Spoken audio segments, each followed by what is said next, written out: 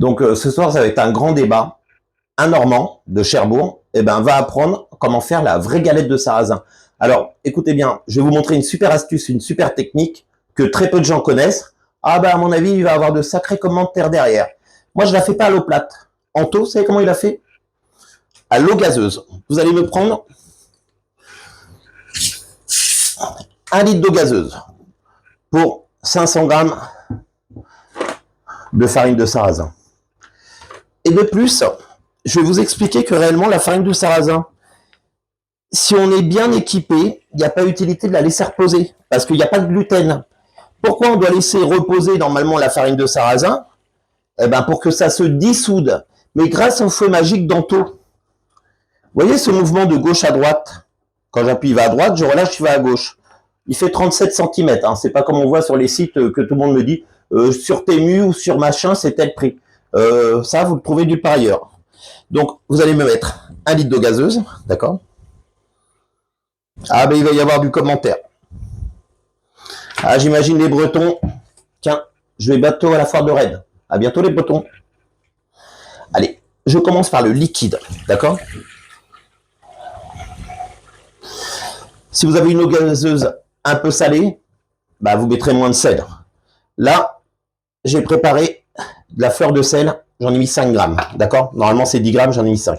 Là, j'ai préparé 500 grammes de farine de sarrasin. Voilà. J'oxygène ma pâte, parce que normalement, il faut l'oxygéner. Et vous voyez la technique que je vous montre, ça s'oxygène tout seul. Et c'est pour ça que moi, je commence par le liquide grâce à mon appareil, et que je réalise avec l'eau gazeuse. Regardez bien l'oxygène que je donne. Il y a des Bretons qui vont mal dormir ce soir. Voilà, 500 grammes de farine, de sarrasin, 1 litre d'eau. OK? Ensuite, derrière, mes 5 grammes de fleur de sel. Moi, j'aime bien travailler avec la fleur de sel.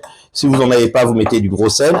Je casse mes bulles d'air d'en haut. Et là, je pense qu'il y en a plus d'un qui doit se dire « Ouah, la pâte, comment elle est déjà oxygénée !» Et ouais, mes cousins, c'est comme ça que ça se passe chez moi. Sans avoir besoin de la laisser reposer. Regardez comment elle est prête à travailler. Vous savez que j'ai même donné cette recette-là à des crêpiers. Ah ouais.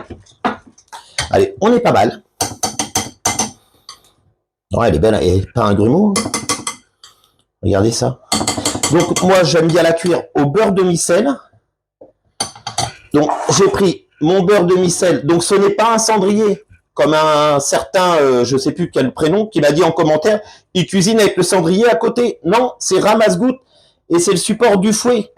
Ce n'est pas un cendrier. Je ne me rappelle plus de ton prénom, j'aurais dû regarder, tiens. Donc là, j'ai mis ma poêle à chauffer, il faut que ça soit entre 210 et 230, donc il faut que ça soit très très chaud, d'accord? Comme je disais, la dernière fois, la dame elle me dit, ouais, vos poêles Tefal, non, c'est pas de la poêle Tefal, c'est de la poêle en fonte. Regardez bien la poêle que je me sers, d'accord? Donc là, beurre demi-sel salé que j'ai fait fondre au micro-ondes, voilà. La spatule, s'il vous plaît. Voilà, là ma poêle est bien chaude, je vais même la baisser. Une louche, et regardez-moi ça. Même pas besoin de la laisser reposer. Et ouais, ça veut dire quoi? Au lieu de te dire, demain soir, on va faire de la galette de sarrasin, d'accord? Et que là, tu passes je sais pas combien de temps avant de la laisser reposer, là, tu peux te dire, je mange de la galette de sarrasin ce soir, sans avoir besoin de prévoir à l'avance. Je vais juste rajouter après une petite goutte d'eau gazeuse en plus. Non, elle va être belle, hein. Voilà.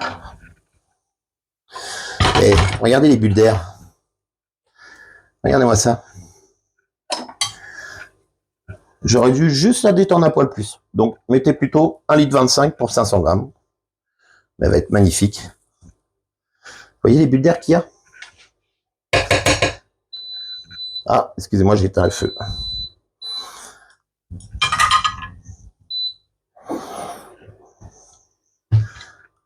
Voilà. Et regardez ça. Regardez. Et dire qu'il y en a qui disent que c'est une des pâtes les plus compliquées à faire. Si tu es bien équipé, t'achètes le fouet magique de la boutique d'Anto, celui qui a les 20 anneaux, le système pour éviter de rayer quand on fait ses béchamels, qu'on travaille ses sauces. Tiens, je vais vous faire après, mais je la posterai que demain, un vrai curry taille avec de la vraie pâte de curry. Pas la sauce curry avec du curry en poudre, le vrai curry Thai. On commande ici, hein, sur la boutique d'Anto, ok. Et regardez-moi ça, comment elle est belle. Hop, attendez, je regarde. Ouais, encore un petit peu quand même. Voilà, et regardez. Et encore là, j'ai recouvert un peu, mais regardez les bulles d'air. Et ça fait comme sur un bilic. Le bilic, vous savez, c'est ces fameuses crêpières crampouses qui sont top. Voilà, hop. Et là, on retourne tout ça.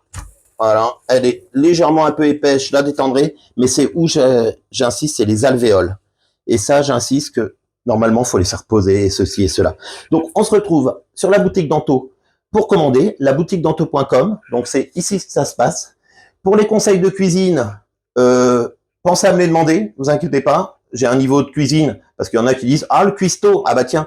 Allez, on se retrouve sur la boutique d'Anto.com et prochaine recette, curry Thai. Allez, ciao!